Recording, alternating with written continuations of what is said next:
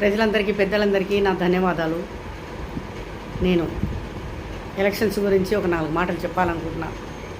దయచేసి నా మాటలు విన్నవించుకుంటారని, నచ్చితే లైక్ చేయండి, షేర్ చేయండి, సబ్స్క్రైబ్ చేయండి. రాజకీయ నాయకులు నేనంటే నేను అని చెప్పని విపరీతంగా తిరగబడుతున్నారండి. నేను చెప్పే విషయాలు కూడా రాజకీయం గురించే. ఎన్ఆర్ఐ నుంచి వచ్చారంట రాజకీయ జనాలంతా, పబ్లిక్ అంతా జగన్ని గెలిపించడానికి, జగన్కి ఓటేయడానికి. అది ఎంతవరకు కరెక్ట్ అండి? అంటే ఎన్ఐఆర్ నుంచి వచ్చారు వాళ్ళు, అమెరికా నుంచి వచ్చారు. అమెరికా నుంచి వచ్చిన వాళ్ళు ఈయనకు ఓటేయడానికి సంబంధం ఏంది? అంటే ఈయన ఎన్ఆర్ఐ ఏమైనా చేశాడా? పోనీ ఎన్ఆర్ఐ వాళ్ళు వచ్చి ఏమైనా ఇక్కడ చేశారా? ఏమీ లేదు కదా. వాళ్ళంతా వచ్చి ఈయనకంట సపోర్ట్ చేస్తున్నారంట. ఇది పెట్టారు, అది పెట్టారని ఏమేమో చంద్రబాబు నాయుడు గారి మీద, మన పవన్ కళ్యాణ్ మీద ఏమేమో మాట్లాడుతున్నారు. ఆ నోటుకొచ్చిన మాటలే ఈ వైకాపా వాళ్ళు అసలు ఎంత పడితే అంత, ఎంత గోడాడిస్తున్నాడంటే అంత గోడాడిస్తున్నాడు. ముసలి వాళ్ళు నడవడానికి చేత కావటం లేదు. వాళ్లకు బ్యాంకుల దగ్గర వెళ్ళి పడిగాపులు కాసుకుంటూ పెన్షన్ల గురించి ఎంత తిప్పలు పడుతున్నారు, నానా అవస్థలు పడుతున్నారు. కొంతమంది రోగాలతో మంచాల మీద పడుతున్నారు, మంచాల మీద ఎత్తుకొని కూడా పోతున్నారంట వాళ్ళని. ఏమాత్రం కూడా బుద్ధి జ్ఞానం, సిగ్గుశరం ఏమైనా ఉందా జగన్కి? నేను గెలవాలి, నేనే గెలుస్తాను అన్న ఒక పట్టుదలతో నేను ఇంటింటికి వెళ్ళి పెన్షన్లు ఇస్తున్నాను, నీళ్ళు ఇస్తున్నాను, స్థలాలు ఇస్తున్నాను, ఇళ్ళు ఇస్తున్నాను, రోడ్లు బాగా చేస్తున్నాను. ఇక్కడ చేయించావయ్యా నువ్వు? 5 సంవత్సరాల నుంచి ఏం విరగదీశావు? సర్వనాశనం చేసావు ఆంధ్రప్రదేశ్ని.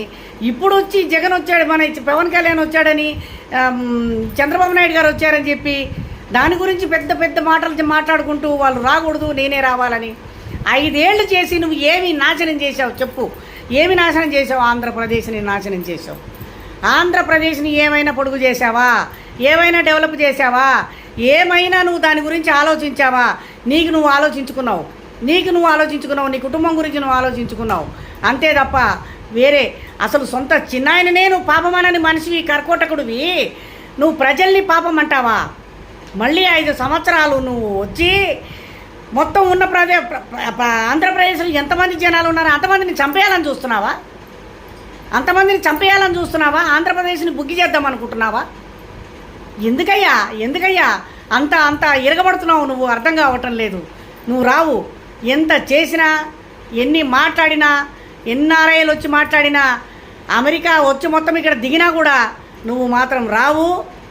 అది క్వశ్చనే లేదు, వచ్చే క్వశ్చనే లేదు. ఇది మాత్రం కన్ఫర్మ్. నువ్వు మాత్రము ఎట్టి పరిస్థితుల్లోనూ కలలు కనొద్దు. నువ్వు ఎంత బస్సు పెట్టుకొని ప్రచారం చేసి ఇంటింటికి తిరిగి, ఊరూరు తిరిగి, రోడ్లు తిరిగి మొత్తం ఆంధ్రప్రదేశ్ అంతా గాలిచ్చినా కూడా నువ్వు మాత్రం రాబోవు. ఇది మాత్రం కరెక్ట్గా ఖాయం. నువ్వు మాత్రం మురవద్దు. ఎట్టి పరిస్థితుల్లోనూ నువ్వు రావని చెప్పని జనాలందరికీ అర్థమైపోయింది. చంద్రబాబు నాయుడు గారు రావాలి, పవన్ కళ్యాణ్ గారు రావాలి, అక్కడ బీజేపీ రావాలి, ఆంధ్రప్రదేశ్ బాగుపడాలి. అంతే తప్ప నువ్వు మాత్రం రాకూడదు కూడా. ఏమాత్రం అన్నం తిని బుద్ధి జ్ఞానం ఉండి మంచి మనసుండి మంచి మనుషులైతే ఎట్టి పరిస్థితుల్లోనూ వాళ్ళు ఓటేయరు. నీలాంటి మనుషులైతేనే నీకు ఓటేయాలా? ఎందుకంటే అన్ని చెడు గుణాలు, చెడు బుద్ధులు. ఇంత చిన్న వయసులో ఎందుకయ్యా అందరి దగ్గర శాపనార్థాలు తింటావు? ఇంకా ఎన్నేళ్ళు ఉంది నీ జీవితం? నీ పిల్లలకి ఎన్నేళ్ళు ఉంది జీవితం? నీ భార్యకి ఎన్నేళ్ళు ఉంది జీవితం? నీ కుటుంబానికే మేలు జరగాలంటే అందరి ఆశీస్సులు కావాలి, అందరి ఆశీస్సులు ఉండాలి. అందరి ఆశీస్సులు ఉంటేనే మనిషి ముందుకెళ్తుంది జీవితం. ఎప్పుడు కూడా భార్య గురించి భర్త, భర్త గురించి భార్య, అయ్యో నా భర్త బాగుండాలి, నా కుటుంబం బాగుండాలి అని భార్య కోరుకోవాలా? నా భార్య పిల్లలు బాగుండాలని చెప్పని భర్త కోరుకోవాలా? ప్రపంచాన్ని కూడా పాలించేటోడు ప్రజలందరూ బాగుండాలా? ప్రజలు బాగుంటేనే నేను బాగుంటా అని చెప్పని నాయకుడు కోరుకోవాలా? ఇది దేశం అంటే. దేశం అంటే మట్టి కాదో, దేశం అంటే మనుషులో అని చెప్పని ఊరికే అన్నారా పెద్దలు? అది గ్రహించి, అది ఆలోచించి, దాన్ని గురించి నువ్వు పట్టుదల పట్టి ముందుకు నడవాలే తప్ప వాడని ముంచి వీళ్ళని ముంచి నేను ఇచ్చేస్తాను ఇన్ని రోజులు కళ్ళు మూసుకున్నావా? ఇన్ని రోజులు నోరు మూసుకున్నావా? ఇన్ని రోజులు ఏమైంది నీ తెలివి? ఇప్పుడు ఇంటికి వెళ్ళి పెన్షన్లు ఇస్తాను, హాస్పిటళ్ళల్లో జాయిన్లు చేపిస్తాను, అది చేస్తాను, ఇది చేస్తానని చెప్పని పేదవాళ్ళందరినీ నమ్మిస్తున్నావే తప్ప నువ్వు ఏం చేశావు, ఏం చేస్తున్నావు? ఏమీ లేదు. అడ్వర్టైజ్మెంట్లు నాన్న జగనన్నా, అన్నా జగనన్నా, మా అన్న జగనన్న నాకు సాయం చేశాడు, నా మొగుడికి సాయం చేశాడు, నా బిడ్డకు సాయం చేశాడు అని అమ్మలక్కలు డబ్బులు తీసుకొని షూటింగులు చేసి అడ్వర్టైజ్మెంట్లు చెప్తుంటే జనాలంతా పిచ్చోళ్ళు అనుకుంటున్నావా? అవన్నీ షూటింగులు. నీ గురించి షూటింగులు చేసి చెప్తున్నారు అవన్నీ కూడా. మళ్ళీ ఏది చంద్రబాబు నాయుడు గారు, పవన్ కళ్యాణ్ గారు చెప్పట్లేదే, చెప్పించట్లేదే, వాళ్ళు ఈ విధంగా మాట్లాడట్లేదే. వాళ్ళు మాట్లాడే మాటలే ఒక పద్ధతిగా ఉన్నాయి, ఒక లెక్క ఉంది, దానికి ఒక రీజన్ ఉంది. నువ్వు చేసే పనికి రీజన్ ఉందా? లేదే. అసలు ఏమాత్రం కూడా పబ్లిక్ గురించి, ప్రజల గురించి ఆలోచించే మనస్తత్వం ఉందా? లేదు. జగన్, ఇది గుర్తుపెట్టుకో. నువ్వు ఎంత చేసినా, నువ్వు ఎన్ని చేసినా, ప్రజలారా మీరు కూడా గుర్తుపెట్టుకోండి. ఎట్టి పరిస్థితుల్లో జగన్కి ఓటేస్తే మన నోట్లో మట్టి పడుతుంది తప్ప మన జీవితాలు బాగుపడవు, మనం బాగుండము. ఇది మాత్రం 100% గ్యారంటీ. ఇదంతా నమ్మక ద్రోహం. మనుషులు గద్దె ఎక్కి కూర్చున్న తర్వాత మనము ఆయనను దించాలంటే మళ్ళీ 5 ఏళ్ళు కష్టపడాలి, నరకం చూడాలి. 5 ఏళ్ల వరకు మీరు చెప్పిన చెప్పు కింద నల్లి నలిపినట్టు నలిపేస్తాడు, నల్లిని నలిపినట్టు నలిపేస్తాడు. ఇది మాత్రం గుర్తుపెట్టుకోండి. ఎట్టి పరిస్థితుల్లోనూ జగన్ గెలిచాడంటే మన జీవితాలన్నీ సర్వనాశనం అయిపోతాయి. ఆంధ్రప్రదేశ్ మొత్తం మట్టి కొట్టుకుపోతుంది. ఇది 100% కన్ఫామ్. ఇది మాత్రం గ్యారంటీ. ఇది గుర్తుపెట్టుకోండి ప్రజలారా. అంతే. ఇక్కడ చూస్తే తెలంగాణలో బీజేపీ మీద కాంగ్రెసు, కాంగ్రెస్ మీద టీఆర్ఎస్, టీఆర్ఎస్ మీద వీళ్ళు, వాళ్ళ మీద వీళ్ళు, ఎవరు ఈ లోకంలో ఎవరికి ఎరుక అన్నట్టుగా ఎవరికి ఎవరయ్యా నేను సంపాదించుకోవాలని ఒకరు, నేను సంపాదించుకోవాలని ఒకరు, నేను సంపాదించుకోవాలని ఒకరు. వీళ్ళంతా పేరు సంపాదించుకొని డబ్బులు సంపాదించుకోవడానికే తప్ప ప్రజల్ని బాగా చేయడానికి, దేశాన్ని బాగా చేయడానికి మాత్రం ఏ ఒక్క నాయకుడు కూడా పనికి రాడు. ఇది మాత్రం 100% కన్ఫామ్. ఇది గ్యారంటీ. ఎందుకంటే మనం కళ్ళతో చూస్తున్నాము. హైదరాబాద్లో కూడా రోడ్లు సరిగా లేవు. ఎక్కడ చూడు అక్కడ రోడ్లు సరిగా లేవు. రోడ్ల మీద చూస్తే అది కేసీఆర్ ఉన్నప్పుడు వేసిన రబ్బరు స్పీడ్ బ్రేకర్లు ఇప్పటికీ జనాలను నరకం చూపిస్తున్నాయి. అది ఎవడు చేశాడో, ఎవడు వేశాడో, ఆ ఇచ్చిన దుర్మార్గుడు ఎవడిచ్చాడో, ఆ ప్లాను ఎందుకు ఇచ్చాడో, దానివల్ల ఉపయోగం ఏంటో, దానివల్ల బెనిఫిట్ ఏంటో గవర్నమెంట్కి అర్థం కాదు. ట్రాఫిక్ పోలీసు వాళ్ళని అడిగినా మాకు తెలియదు అంటారు, జిహెచ్ఎంసీ వాళ్ళని అడిగినా మాకు తెలియదు అంటాడు.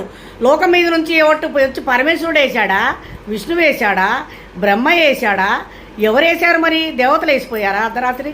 చంద్రుడు వేశాడా, సూర్యుడు వేశాడా? వేసింది మనుషులే కదా. దానివల్ల ఎవరికి బెనిఫిట్? హాస్పిటల్ వాళ్ళకి బెనిఫిట్ తప్ప, వాళ్ళ దగ్గర లంచాలు తీసుకుంటే వేసిన వాళ్ళకి తప్ప ఎవరికి బెనిఫిట్? పబ్లిక్ అంతా సర్వనాశనం అయిపోతున్నారు. హైదరాబాద్ని సర్వనాశనం చేశాడు కేసీఆర్ వచ్చి. కేసీఆర్, కేటీఆర్, హరీష్ రావు, అనే మా కవిత, ఈ నలుగురు వచ్చి 4 దిక్కులు మొత్తం హైదరాబాద్ని నాశనం చేశారు, తెలంగాణని నాశనం చేశారు.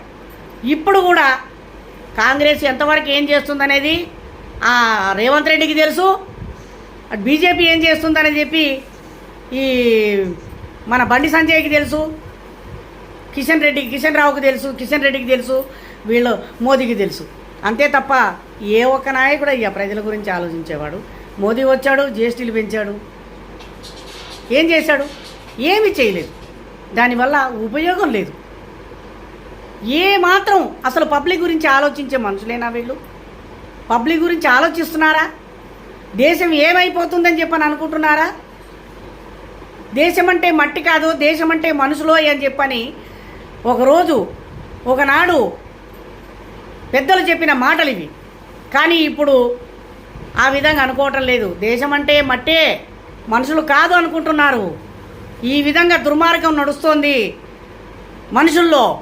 అది కూడా ప్రజల్లో కాదు. ప్రజల కష్టాలు వాళ్ళకే ఉన్నాయి, వాళ్ళ బాధలు వాళ్ళే పడుతున్నారు. ఎవరి కష్టాలు వాళ్ళయే. బ్యాగులు భుజాలకు వేసుకొని, నెత్తికి హెల్మెట్లు పెట్టుకొని, బండ్లు తీసుకొని, కార్లు తీసుకొని ఎవరి బాధలు వాళ్ళు పడుతున్నారు, ఎవరి తిప్పలు వాళ్ళు పడుతున్నారు. కానీ మేము గెలవాలంటే మేము గెలవాలని చెప్పని రాజకీయ నాయకులు గించుకుంటున్నారు. ఎవరు గించుకుంటారో, ఎవరు గించుకోరో, ఎవరు బాగుంటారో, ఎవరు బాగుండరో ప్రజలు నిర్ణయించాలి. ఎవరికి మనం ఓటేయాలనేది నిర్ణయించుకొని మంచి మనుషులకు ఓటేసి గెలిపించండి. ప్రజలారా, మీ అందరికీ కూడా నేను ధన్యవాదాలు తెలుపుకుంటూ సెలవు తీసుకుంటున్నా.